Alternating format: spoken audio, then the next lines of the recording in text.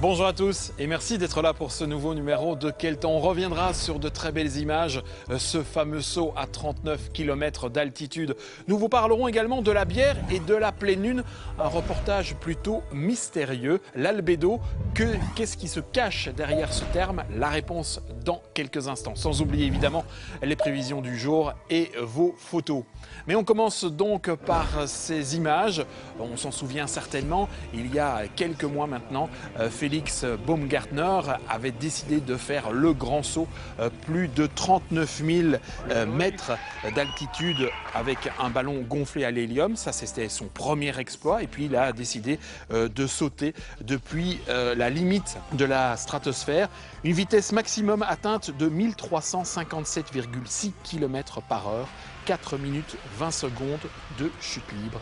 Voilà des chiffres qui font froid dans le dos et de très belles images.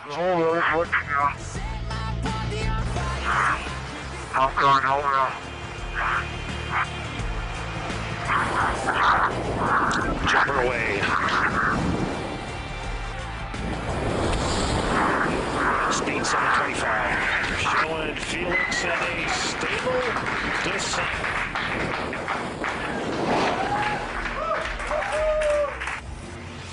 And Felix is back through safely, the new world record holder.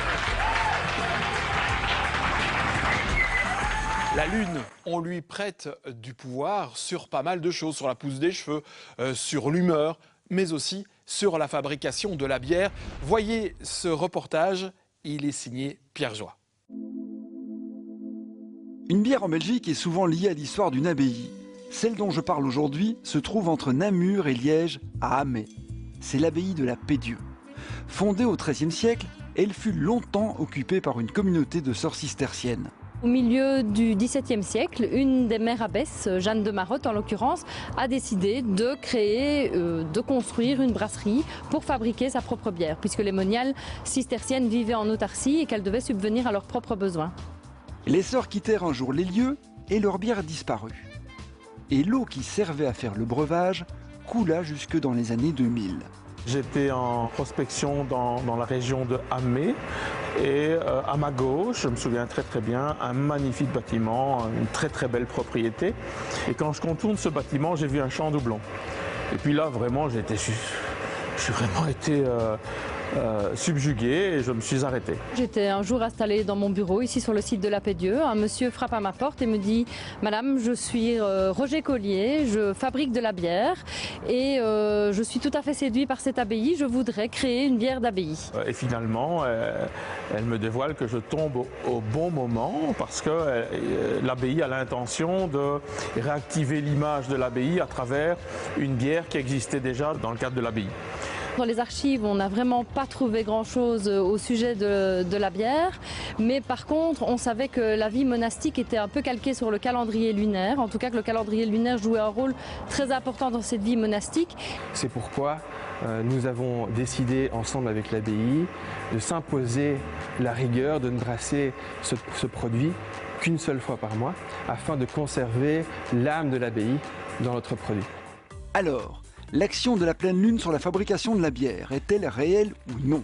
C'est ce que nos ancêtres préconisaient. Il est clair que l'effet de la Lune a beaucoup d'effets secondaires sur les marées, sur le comportement des gens, sur un tas d'aspects. Et sur l'aspect de la fabrication, on a aussi le sentiment que ça joue, bien évidemment, surtout au niveau de la fermentation. Mais on n'ose pas l'affirmer. De la brasserie installée autrefois sur le site de l'abbaye de la Paix-Dieu, il ne reste pas grand-chose. Mais les occupants actuels des lieux, le centre des métiers du patrimoine, ont voulu toutefois en garder le souvenir, avec tout d'abord un peu de houblon planté près de la place occupée par l'ancienne brasserie. Derrière moi se trouvent les ateliers que l'on appelle aujourd'hui les ateliers de la brasserie, qui ont été construits exactement à l'emplacement de l'ancienne brasserie qui se trouvait sur le site de la Paix-Dieu. Donc cette brasserie qui avait été fondée au milieu du XVIIe siècle, démolie à la fin du XIXe siècle.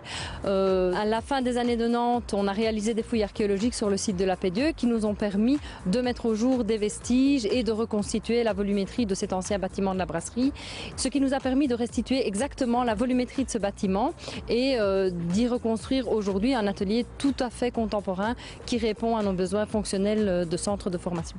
Quoi qu'il en soit, une bière brassée une nuit de pleine lune, c'est attirant. Et je vous en promets quelques secrets de fabrication. Le résultat, en tout cas, est séduisant. C'est une bière blonde à fermentation lente, une bière tout à fait traditionnelle, artisanale, qui plaît beaucoup aux artisans qui fréquentent la Pédieu. Allez, après avoir parlé de la bière, on va à présent évoquer l'albédo. Les différentes surfaces terrestres ne réagissent pas toutes de la même manière face au soleil.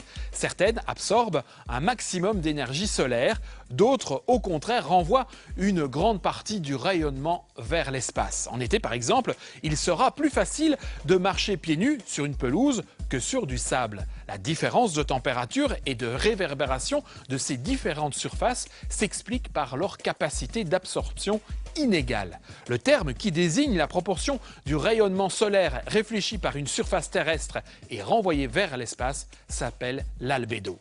Chaque surface a donc son propre albédo. Les mers et les océans, qui recouvrent près de 70% de la planète, ont plutôt un albédo faible. Ils ont une grande capacité d'absorption, mais rejettent seulement de 5 à 10% des rayons du soleil. Les forêts ne renvoient que 10 à 25% du rayonnement, le désert de 25 à 50%. On peut considérer donc qu'il s'agit là d'un albédo élevé. Les zones désertiques réfléchissent entre un quart et la moitié du flux solaire. Et c'est d'ailleurs ce qui explique le grand contraste de température entre le jour et la nuit.